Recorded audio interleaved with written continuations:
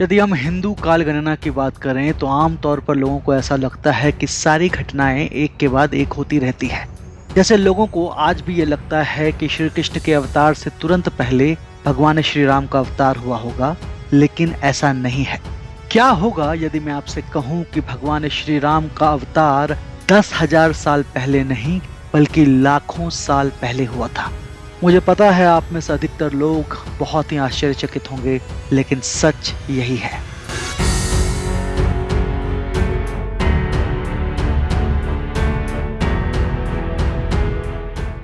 पौराणिक काल गणना के विषय में हम सभी जानते हैं।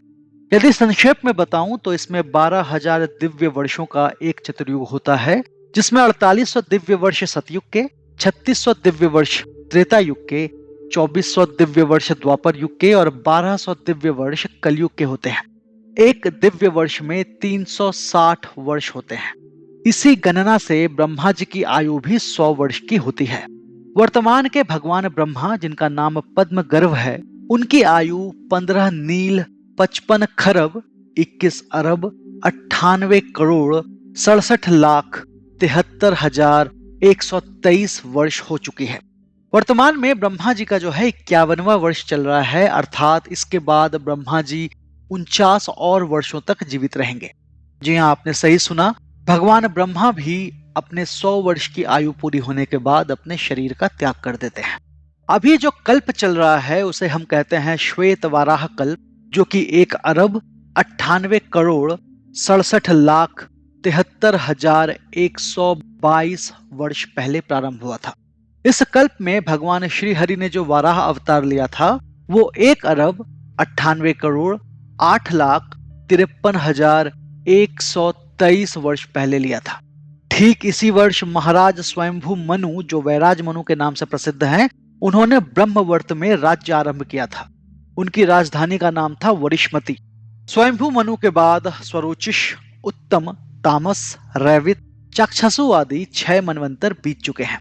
भगवान श्री हरि ने इस कल्प का जो नरसिंह अवतार लिया था वो तामस मनवंतर के शुरू में लिया था। इसे बीते हुए 1 अरब 3 करोड़ 98 लाख 64,123 वर्ष बीत चुके हैं। भगवान श्री हरि का प्रसिद्ध नर नारायण अवतार चाक्षसु मनवंतर के शुरू में हुआ था, जिसे बीते हुए 42 करोड़ 72 लाख 53,123 वर्ष बीत चुके हैं। इसी चाक्षसु मनवंतर के शुरू में देवों और दैत्यों ने मिलकर समुद्र मंथन किया था और इसी समय भगवान श्री हरि ने कूर्मा अवतार लिया था। उस कूर्म अवतार को बीते हुए 42 करोड़ 55 लाख 79,123 वर्ष बीत चुके हैं। चाक्षसु मनवंतर के अंतिम कलयुग में जल प्रलय हुआ था और भगवान श्री हरि ने मत्स्य का रूप धारण कर श्राद्ध देव मनु की रक्षा की थी। इस महान जल प्रलय को बीते हुए 12 करोड़ 5 लाख 33,123 वर्ष बीत चुके हैं। इसी वर्ष 7वां मनवंतर वैवस्वत प्रारंभ हुआ था और भगवान मनु ने सरयू के किनारे अयोध्या नगरी को बसाया था। वैवस्वत मनवंतर के शुरू में त्रेता युग में भगवान श्री हरि ने महर्षि अत्रि और माता अनुसूया के पुत्र भगवान दत्तात्रेय के रूप में अवतार लिया था। इसे बीते हुए 11 करोड़ 88 लाख 5,123 वर्ष हो चुके हैं और इसी वर्ष भगवान मनु के ज्येष्ठ पुत्र महाराज इक्ष्वाकु के राज्य का आरंभ हुआ था। वर्तमान वैवस्वत मनु के चौथे सतयुग में भगवान श्री हरि ने देव माता अदिति और महर्षि कश्यप के पुत्र के रूप में वामन अवतार लिया था। वामन अवतार को बीते हुए 10 करोड़ 75 लाख 73,123 वर्ष बीत चुके हैं। वैवस्वत मनु के शासनकाल के 15वें त्रेता युग में अयोध्या में युवनाश्व के पुत्र महाराज मांधाता हुए, जो चक्रवर्ती सम्राट बने। इनके शासनकाल को बीते हुए 5 करोड़ 83 लाख 25,123 वर्ष बीत चुके हैं। वर्तमान वैवस्वत मनु के 16वें सतयुग में दुष्यंत पुत्र भरत चक्रवर्ती सम्राट हुए थे। उनके शासनकाल को बीते हुए 5 करोड़ 40 लाख 32,117 वर्ष बीत चुके हैं। वैवस्वत मनु के 21वें त्रेता युग में भगवान श्री हरि ने परशुराम अवतार लिया था।